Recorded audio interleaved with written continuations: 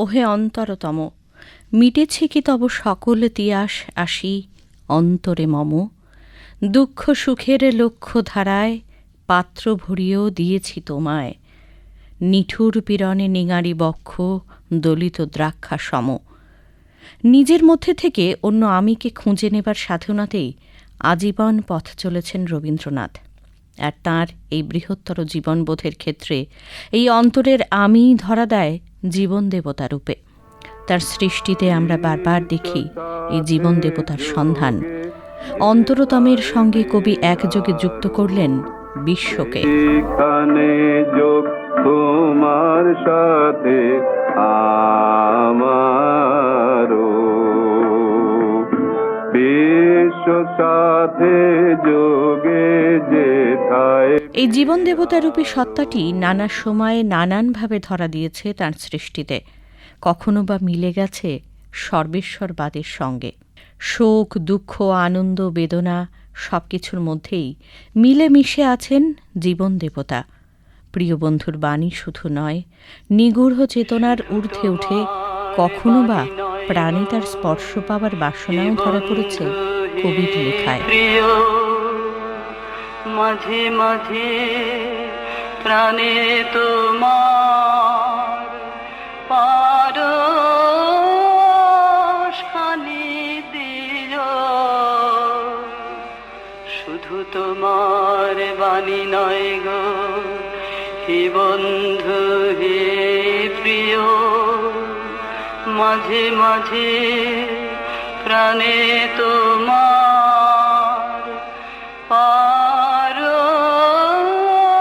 পারশখানি দিও,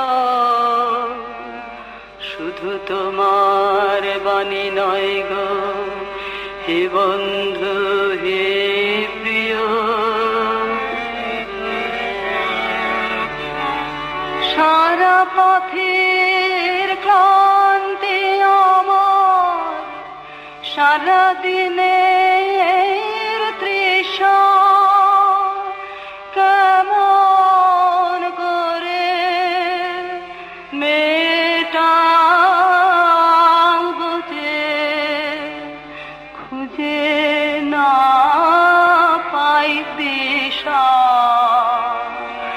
সারা পথের ক্লান্তি আমার, সারা দিনের তৃষা। অনেক সময়ই এই জীবন দেবতার রূপ স্পষ্টভাবে ধরা দেয়নি কবির কাছে।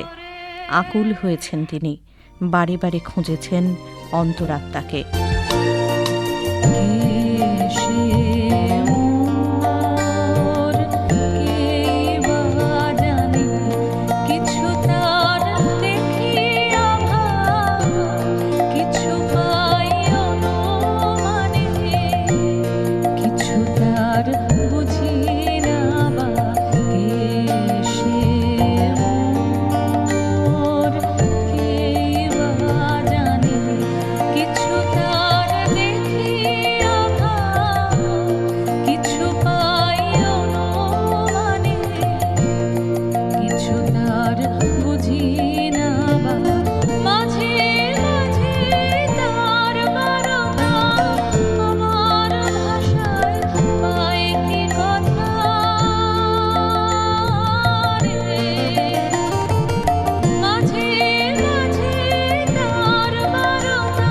রবীন্দ্রনাথ তার সব ব্যর্থতা, বিফল বাসনা উৎসর্গ করেছেন এই জীবন দেবতার চরণেই।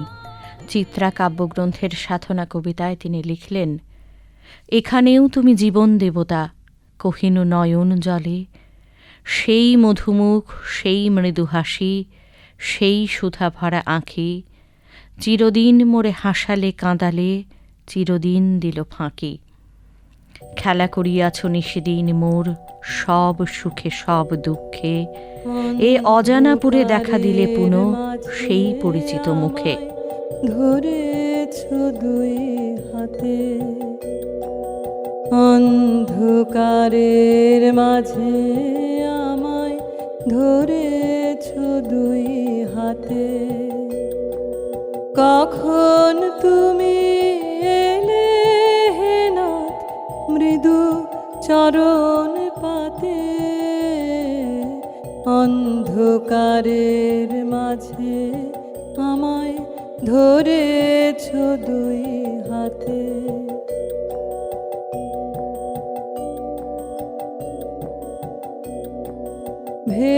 ভেবেছিলেম জীবন স্বামী, তোমায় বুঝি হারাই আমি, আমায় তুমি হারাবে না বুঝেছি আজ রাতে। অন্ধকারের মাঝে আমায় ধরেছ দুই হাতে। জীবন দেবতাকে নিজের আলোয় চিনে কিংবা তার কাছে বারবার নিজেকে সমর্পণ করার মধ্যে দিয়েই কবি সৃষ্টি করেছেন একের পর এক গান, কবিতা। কবিতার মধ্যে দিয়েই তিনি বলেন, অন্তর মাঝে বসিয়ে অহরহ, মুখ হতে তুমি ভাষা কেড়ে লহ, মোর কথা লয়ে তুমি কথা কহ, মিশায়ে আপন সুরে। সর্বশক্তিমান জীবন দেবতার চরণ ধুলার পরেই মাথা নত করেছেন রবীন্দ্রনাথ, কামনা করেছেন পরম শান্তির। আমার মাথা নত করে দাও হে তোমার চরণ ধুলার তলে, সকল অহংকারে আমার ডুবাও চোখের জলে। আমার মাথা নত করে দাও হে